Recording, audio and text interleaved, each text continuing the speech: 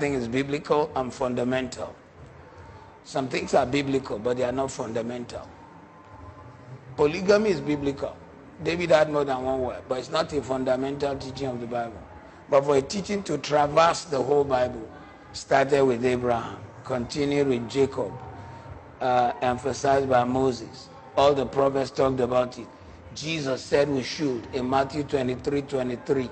If you want to understand Matthew 23:23 better, read the Amplify. Jesus said, don't leave righteousness because of tithing, but also don't leave tithing because of righteousness. You must do both. But the one that beats the biscuit about tithing in the New Testament is Hebrews chapter 6, verse 20 to chapter 7, verse 21. 4 times it says that Jesus is a high priest after the order of Melchizedek.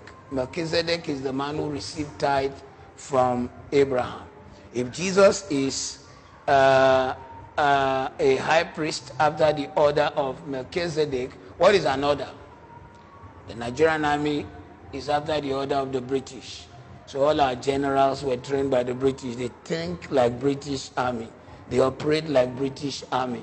They salute like British army. Their ranks are like British army, because the Nigerian army is after the order of the British army. So if Jesus is a high priest after the order of Melchizedek, he must do what Melchizedek did. Melchizedek received tithes.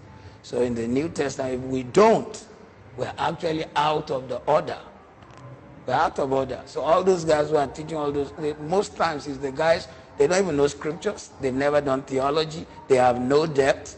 But they are taking advantage of the fact that also there are pastors who cannot exegete what they are practicing. They can't exegete it. They can't teach it in depth.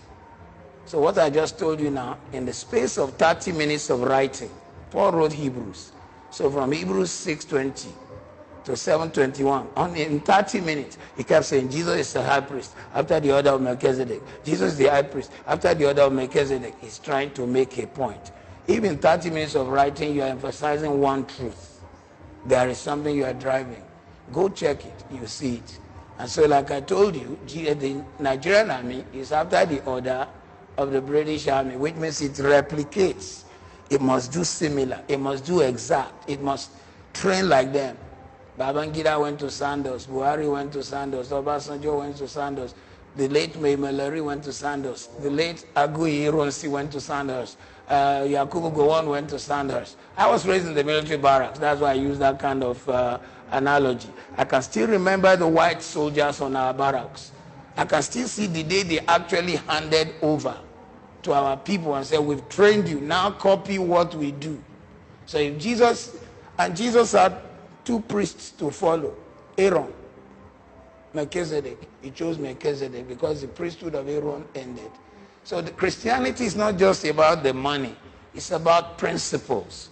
Also, the tithe is the principle of the first thing.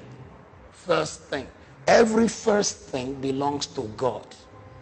Every first thing. My firstborn must be dedicated to God. If I don't dedicate my firstborn, my other children will struggle. So this thing about that, some people who, they know that I can turn it to a soft point. I can become a popular DJ. Everybody can go to my website, and they don't know they are destroying themselves, because they will make some people 10 times sons of hell by thinking, oh, maybe the guy has a point, not knowing the guy, he couldn't give the monkeys what the consequence is of what he's teaching. So you've got to understand the tithe. For you to stop tithing, God will have to stop recognizing the law of the first thing. When the children of Israel crossed out of the wilderness at the end of 40 years, he's already told them every first thing is mine.